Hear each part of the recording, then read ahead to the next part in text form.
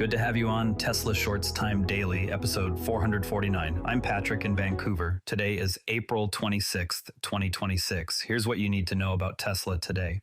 Giga Berlin is ramping up output by 20% and adding 1,000 new hires after a record first quarter. The factory built more than 61,000 vehicles in the first 3 months of the year. That strong performance seems to have given them the confidence to push efficiency even higher. Adding 1,000 new team members shows they are investing in the people side of scaling up. From a manufacturing standpoint, this is about hitting stride after earlier growing pains at the site. For the business, it smooths out supply in Europe, which has been a major market for some time.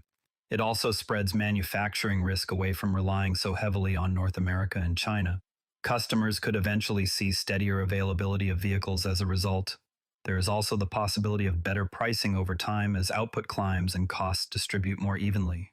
While they scale hardware in Germany, Tesla just dropped a significant plan for its older hardware fleet.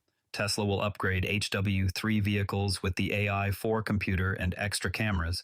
The work will be performed outside regular service centers to keep those bays free for other repairs. This approach should help prepare the existing fleet for unsupervised robotaxi operation more quickly. It avoids the risk of creating long backlogs at service locations during the upgrade wave. For early owners who purchased with future capability in mind, this is an important signal. The company is still treating those cars as part of the long-term autonomous network instead of letting them fall behind. The move reflects a deliberate autonomy strategy that tries to bring as much of the current installed base forward as possible. That long-term bet on autonomy feels more real when you hear what owners are experiencing right now. Drivers are reporting that FSD version 14.3.2 feels composed and low stress even in wet weather. One owner kept it in standard mode all day through rain and came away impressed with how safe the drive felt. According to TSLA, the latest version is a noticeable step up in predictable daily driving. They remain honest about some remaining issues, but the overall maturity seems to be increasing. There are multiple recent examples of the system preventing potential T-bone crashes. Tesla continues to stress safety as its core design goal in every response to these events. Those safety interventions are not abstract, as one owner is alive today because of them. The vehicle reportedly protected its driver in a direct head-on collision with a drunk driver. Tesla shared the story publicly and took time to personally confirm that the owner is okay. These real-world outcomes highlight how the structural engineering and safety systems deliver when it matters most. It is a reminder that the hardware foundation is doing heavy lifting alongside the software advances. For customers deciding what to buy, it adds a layer of trust that goes beyond range numbers or screen features. Stories like that quietly build trust, which may help explain what investors are doing. CFRA has moved from a more cautious stance to neutral and raised its price target. The analyst cited improving visibility into the company's path forward.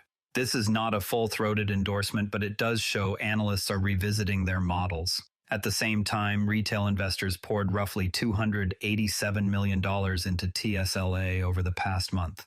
That steady buying from individuals suggests grassroots belief remains strong even when headlines get noisy. It provides a buffer of capital that tends to be less quick to exit than some institutional flows. There is an ongoing debate about whether earnings fully capture the energy and autonomy businesses. Traditional auto margins do not always reflect those longer-term shifts. On the product side, the refreshed Model Y is starting to look like a very considered update. New images in Starlight Gold show the stretched wheelbase and revised rear geometry working together naturally. Tesla appears to have avoided an overly dramatic redesign that might have alienated existing fans. The proportions look right and keep the things people already like about the car. In a crowded SUV segment, this helps the vehicle stay visually distinctive without chasing trends. It feels like a measured evolution rather than a complete reinvention. While Tesla refines its lineup, the charging arms race in China is not slowing down. Huawei has expanded its 1,500 kilowatt charging systems with solar and storage integration.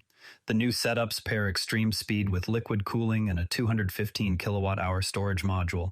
Solar integration is built in to help ease strain on the local grid. This design allows quick deployment even in areas where infrastructure is weaker. It is another data point that Tesla will need to keep evolving its own network on both performance and flexibility. Sometimes the competition gets very personal. Ford's CEO recently chose a Chinese EV over a Tesla for his own use. He cited better technology features and overall experience as the reasons. It is an honest signal that traditional auto executives see credible alternatives moving fast in certain areas.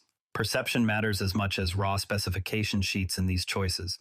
The competitive bar is rising quicker than many expected. Tesla is positioned to respond with its own improvements and data advantages, but stories like this are worth noting. Before we wrap, let us pull back and look at the bigger picture. Most commentary treats Tesla's vehicles, energy, and AI efforts as separate bets. The shared technology layers actually create compounding advantages that modular competitors struggle to match. Owning the full hardware, software, and energy loop shortens the iteration cycle in meaningful ways. Each mile driven or kilowatt stored feeds data that improves the whole system. This real-world feedback loop is the structural moat that is hard to replicate. When you break it down to fundamentals, the approach is to build the cheapest, reliable energy storage. Pair that with efficient vehicles that gather clean data, then use the data to improve both the cars and the energy products in a continuous loop. There are no handoffs between outside companies or diluted incentives. The integration turns small improvements in one area into large advantages across the board. The conventional view that Tesla is just an EV company or just an AI company misses how the pieces reinforce each other. Before we go, keep an eye on further real-world reports of FSD version 14.3.2 as more owners test it in varied conditions. That's your Tesla news for today. TSLA closed at $376.30, up $3.12, 0.8%. If you found this useful, a rating or review on Apple Podcasts or Spotify really helps new listeners find the show. You can also find us on X at Tesla Shorts Time. I'm Patrick in Vancouver. Thanks for listening, and I will see you tomorrow. This podcast is curated by Patrick, but generated using AI voice synthesis of my voice using ElevenLabs. The primary reason to do this is I unfortunately don't have the time to be consistent with generating all the content and wanted to focus on creating consistent and regular episodes for all the themes that I enjoy, and I hope others do as well.